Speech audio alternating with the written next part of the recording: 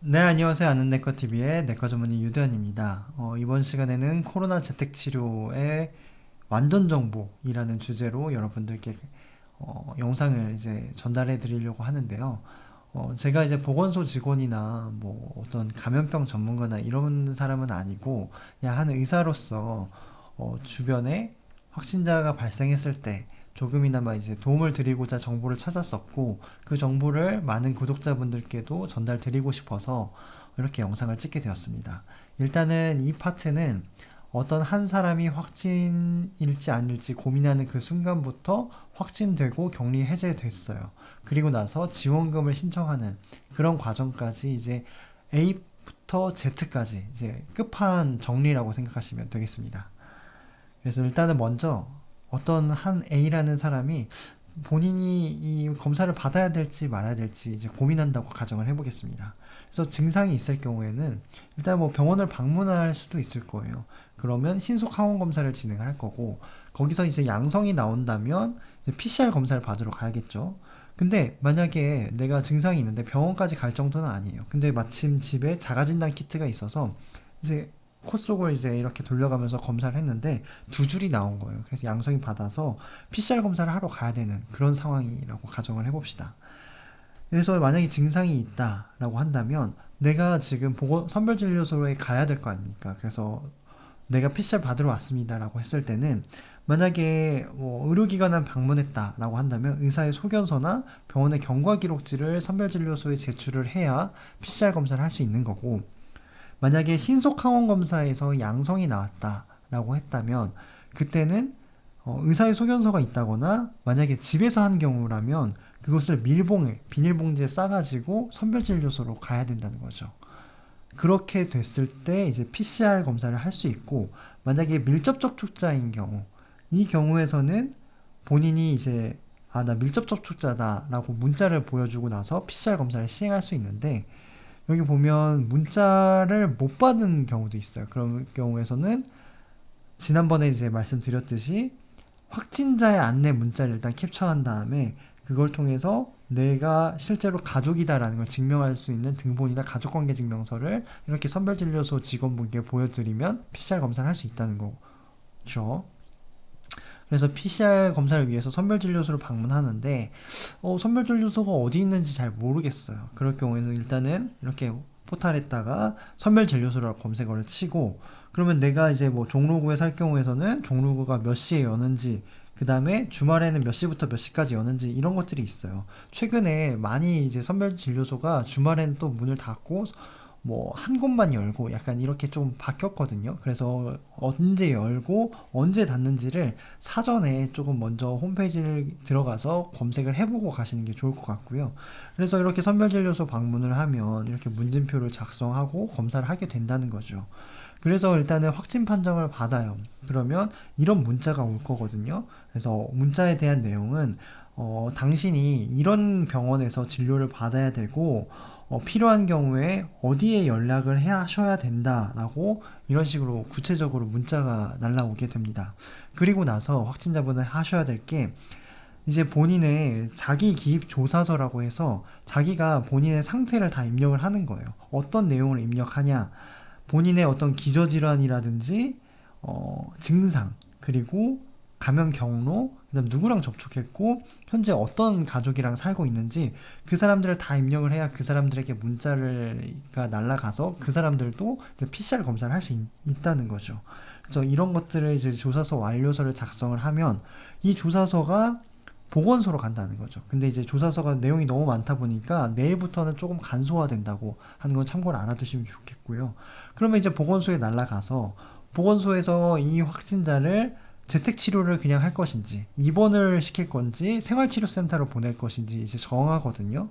그래서 이 자기 기입 입력하는 게 굉장히 중요하다는 거죠. 이걸 토대로 보건소 직원분께서 일일이 전화하는 게 아니라 그 조사서를 보고 결정을 하게 되는데 여기 보시면 어떤 사람들이 입원을 할까요? 만약에 내가 나는 지금 상태가 심각하니까 무조건 병원에 가야 돼, 입원해야 돼 라고 한다면 무조건 그런 게 아니라 다 기준이 있어요. 여기 보시면 뭐 감염에 취약한 주거 환경에 있는 경우 그 다음에 뭐 예를 들어서 고시원, 쉐어하우스, 노숙인 이런 경우는 재택치료를 할 수 없고 입원이 아니라 이 경우는 생활치료센터로 간다는 거고요. 소아, 장애, 뭐 70세 이상 뭐 이런 환자분들은 재택치료가 아니라 입원을 하셔야 된다는 거죠. 입원하는 경우는 또 구체적으로 나와 있는데 발열이 조절이 안 되거나 기저질환이 있다거나 뭐 여러 가지 뭐 딱 봐도 굉장히 악화된다면 굉장히 심하게 진행할 것으로 예상이 되는 그런 분들 혹은 현재 증상이 심하신 분들은 입원을 해야 된다는 건데 이건 여러분들이 정하는 게 아니라 보건소 직원분들이 만약에 의학적으로 판단하기 되게 어려운 경우다라고 한다면 그거는 의료진이 추가적으로 전화를 드려서 환자분의 상태를 문진을 통해서 파악을 하고 입원을 할지 재택치료를 갈지 생활치료센터를 갈지 정한다는 거죠.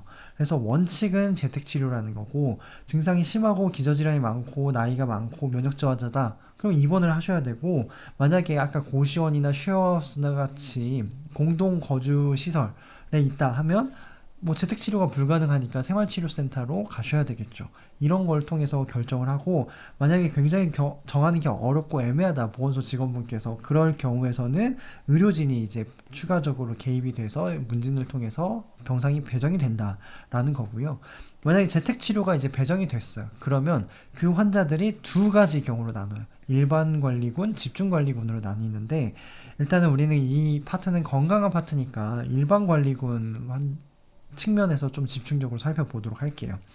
그래서 일반관리군이 됐다라고 하는데 이 일반관리군과 집중관리군은 어떻게 나누는지부터 좀 궁금하실 수 있는데 보면 집중관리군은 60세 이상 그 다음에 먹는 치료제가 투약이 필요한 과거에는 이제 50대 이상이었는데 40세 이상으로 낮춰졌어요. 그러면서 기저질환이 있다거나 면역 저하자인 분들이 집중관리군이고 나머지는 다 일반관리군이라는 거죠. 그래서 일반관리군으로 선정이 됐다라고 가정을 해볼게요. 이 파트가 애초에 일반관리군 분들을 위한 거니까요. 그런 분들은 재택치료 키트를 받을 수가 없어요. 왜냐하면 현재는 60세 이상, 그 다음에 소아에 한해서만 소아가 요청할 경우에서만 이제 재택치료 키트를 나눠주고 그렇지 않은 분들은 해열제라든지 이런 걸 아예 받을 수가 없다는 거죠. 그래서 재택치료를 하시는 분들은 본인이 스스로 본인을 관리하고 필요하면 스스로 진료를 요청해서 약을 공급을 받으셔야 돼요. 일단은 기본적인 생활 수칙은 이렇거든요. 절대 외출을 하지 않아야 되고요. 그 다음에 격리 해제 기간 동안에는 자택에만 계셔야 되고 여기 보시면 가급적 필요한 물품들은 온라인으로 구매하는데 어쩔 수 없어요. 뭐 같이 계시는 분들도 없고 온라인으로 이거 살 수도 없고 본인이 온라인으로 좀 접근이 불가능하고 그럴 경우에 한해서만 2시간 이내에 외출이 가능하다고 합니다. 그리고 여기 보시면 식사는 만약에 공동거주자가 있다, 공동가족이 있다 그러면 같이 드시면 안 되고 혼자 드셔야 되고 방문, 고리, 전등, 스위치 등은 매일 한번 소독 티슈로 닦아주라고 이렇게 얘기하고 있고 밥그릇, 식기, 뭐 수건, 침대, 컴퓨터는 다 따로 쓰셔야 돼요. 공동거주자랑 같이 쓰시면 안 되고 마스크는 방에서 나올 때는 항상 차고 계셔야 돼요. 그리고 독방에 계셔야 되고 가족 모두 알코올 소독제와 물과 비누로 손을 자주 씻어 주셔야 되겠죠. 그리고 쓰레기 같은 경우에서는 재택 치료 기간 동안에는 배출하시면 안 돼요. 재택 치료가 끝난 시점에서 일반 쓰레기 같은 경우는 종량제 봉투에 담은 다음에 다시 또 봉투에 또 담아야 돼. 이중 밀봉하고 외부 소독제로 다 뿌린 다음에 그 다음에 배출을 하셔야 되고 재활용품이나 음식물 쓰레기도 마찬가지로 소독 후에 분리 보관을 하고 재택 치료 종료 후에 다시 한번 소독을 하셔야 돼요. 그리고 나서 배출을 하셔야 된다는 거 꼭 주의를 하셔야 되고요. 여기 보시면 세탁 같은 경우도 좀 주의를 하셔야 되는 게 세탁 같은 경우는 장갑을 착용하고 오염된 세탁물을 만지셔야 되고 괜히 그냥 맨손으로 만지시면 안 된다는 거죠. 왜냐면 이제 공동격리 거주자나 이런 분들에게 혹시나 이제 전파될 가능성이 있기 때문에 만약에 개인이 세탁한다 하면 다른 사람들의 세탁물과 섞이지 않아야 된다는 거고 청소와 소독은 1일 하루에 한 번 이상은 하셔야 된다는 거예요. 어떻게 하셔야 되냐? 여기 보시면 소독용 티슈와 소독액이 묻은 천으로 자주 닦아주셔야 된다는 거죠. 왜냐하면 물체들마다 바이러스가 거기에 이제 내가 이제 전파력을 가진 바이러스를 배출할 때 24시간에서 48시간까지 생존이 가능할 수 있거든요. 그렇기 때문에 천으로 깨끗하게 닦아 주셔야 된다는 거고, 환기도 제가 지난번에 말씀드렸듯이 창문 양쪽 방향을 다 열어가지고 통풍하셔야 된다는 거죠. 그리고 만약에 재택치료자가 몸이 아파요. 뭐 처음에는 괜찮아서 일반관리군이 됐지만 본인 상태가 되게 편치 않고, 그럴 경우에서는 이제 진료를 받으셨고 진료를 통해서 약을 처방받으셔야 되는데, 어떻게 해야 되냐, 여기 보면 집중관리군은 하루에 2번씩 의사가 직접 연락을 해서 관리를 해주는데, 일반관리군은 본인이 스스로 연락을 해야 돼요.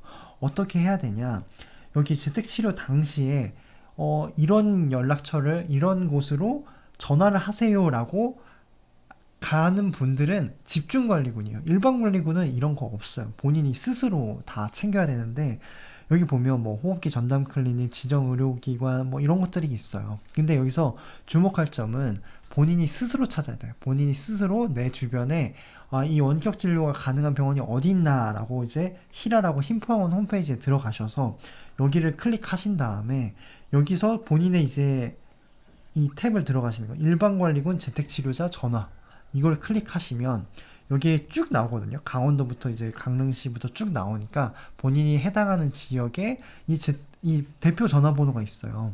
그러면 여기 전화번호로 전화를 하시면 이제 간호사분이 받을 거예요. 간호사분이 받고 나서 의사에게 연결해주면 의료진이 진단을 통해서 증상이 뭐 지금 이렇고 이렇고 이러니까 이런 약을 드세요라고 하면 이 병원에서 약국으로 처방전을 보내요. 그러면 약국에서 약을 짓는데, 그 약이 본인이 따로 돈을 낼 필요는 없다는 거예요. 무료라는 거고 다 국가에서 부담을 한다는 거죠.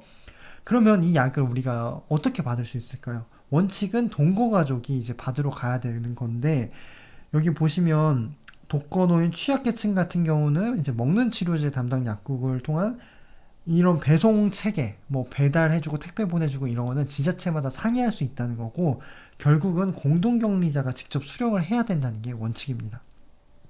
그리고 대면 진료가 필요한 경우가 있어요.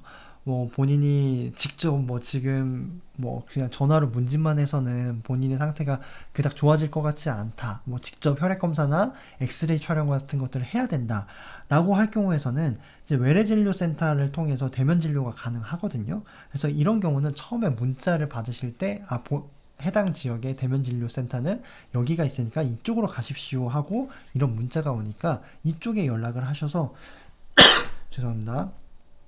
검사 처치나 뭐 필요하면 주사 치료나 이런 것들을 받으실 수 있다는 거죠. 그때 이동을 해야 된다는 거는, 이동할 때는 가급적 도보로 혹은 개인 차량으로 이동을 하셔야 되고, 아니면 이런 뭐 민간 위탁 구급차나 방역 차량, 방역 택시를 불러서 가셔야 된다는 거죠.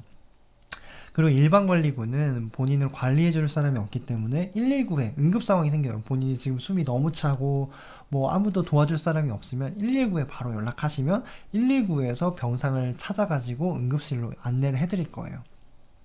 그럼 재택치료는 언제 종료가 되냐? 뭐 여러분들도 많이 알고 계시겠지만, 일단은 예방접종력과 상관없이 코로나 검사를 받은 날로부터 7일차 24시 8일차 00시에 이제 해제가 되니까, 그때 해제가 되는데 단 전제 조건이 있다고 말씀드렸죠. 무증상인 상태이거나 아니면 임상 경과가 호전되는 추세, 그리고 발열이 없어야 되겠죠. 해열제 먹지 않은 상태에서. 이런 것들을 충족하면 의사가 따로 확인하지 않아요. 그냥 본인이 자동적으로 격리 해제된다라고 하고, 의사가 확인하는 경우는 집중관리군만 의사가 따로 연락을 해서 의사의 판단 하에 격리가 해제되고, 일반관리군은 그냥 스스로 알아서 해제가 되면 된다라는 거고, 또 지난번에 이제 제가 말씀드린 거지만 3일간은 특별하게 주의를 해주셔야 된다는 거예요. 격리가 해제됐더라도 이 3일 동안, 이 3일이 전파 가능성이 아예 없다고는 할 수 없기 때문에 출근 등교 같은 경우는 가능하지만 다중이용시설이나 감염 취약시설 뭐 이런 것들을 방문하는 일정이 있다 하면 뒤로 미루고, 마스크를 꼭 얼굴에 맞는 마스크를 착용하시고 사적 모임은 자제해 주시라고 10일 동안은 주의를 하셔야 된다는 거는 기억해 주시면 감사하겠습니다. 그리고 마지막으로 중요한 거죠. 내가 이제 코로나 치료를 받았는데 지원금을 받아야 될 수 있다는 거죠. 유급 휴가비를 받을 수도 있고 생활 지원비를 받을 수 있는데 둘 중에 하나만 가능하다는 거 알고 계셔야 되고, 유급 휴가비는 이제 직장에서 이제 사업주가 신청하는 거고 일일 최대 7만 3천 원까지 이제 지급이 가능하다는 거고, 이렇게 내야 될 서류가 꽤나 많다는 걸 일단 알고 계시고요. 만약에 생활지원비 대상이 유급 휴가비를 못 받는다라고 하면 국가에서 만약에 혼자만 격리를 한다 그러면 7일 동안 48만 8,800원을 지원을 해주고요. 여기서 제출할 서류는 이 두 가지밖에 없어서 굉장히 간소해요. 그리고 신분증을 지참을 하셔야 된다는 거로 알고 계시면 되는데, 사실 이 내용이 14일이어서 현재는 7일이잖아요. 그래서 많이 좀 감소될 수 있다는 거 조금 알고 계시고, 현재 지침에서는 이거밖에 안 나와서 제가 또 첨부할 자료가 없었는데 자세한 내용은 보건소 직원분께 문의를 해보시면 감사하겠습니다. 유급 휴가 비용 신청 안내는 뭐 이런 식으로 나와 있고, 생활지원비는 이런 식으로 나와 있는데 똑같이 3개월 이내에 신청하셔야 돼요. 그냥 미루고 있다가는 그냥 다 없어진다라고 하셔서, 이거는 격리 해제가 되면 꼭 잊지 말고 신청하시는 거는 기억하시면 좋을 것 같습니다. 지금까지 이제 건강한 성인들 분들께 재택치료에 대한 전반적인 과정을 말씀드렸고, 아무래도 본인이 약간 방치된 것 같다라는 느낌을 안 가질래 안 가질 수 없을 거예요. 그럼에도 불구하고 지금 확진자가 너무 많고 정부 전체에서 관리하기가 여력이 안 된다고 하니까 제가 이런 지침을 설명드리는 것도 좀 마음 한켠으로는 좀 마음이 어려워요. 그래서 사실 이런 부분이 의료 시스템이 제대로 자리가 잡고 1차 의료기관에서 주도적으로 환자분들을 관리할 수 있는 그런 시스템이 마련됐다면 좀, 그럼에도 그나마 조금 나았을 건데 어쩔 수 없는 상황인 것을 받아들이시고 어, 남은 기간 재택치료 잘 받으셔서 건강하게 쾌차하시길 바라겠습니다. 지금까지 경청해 주셔서 감사합니다.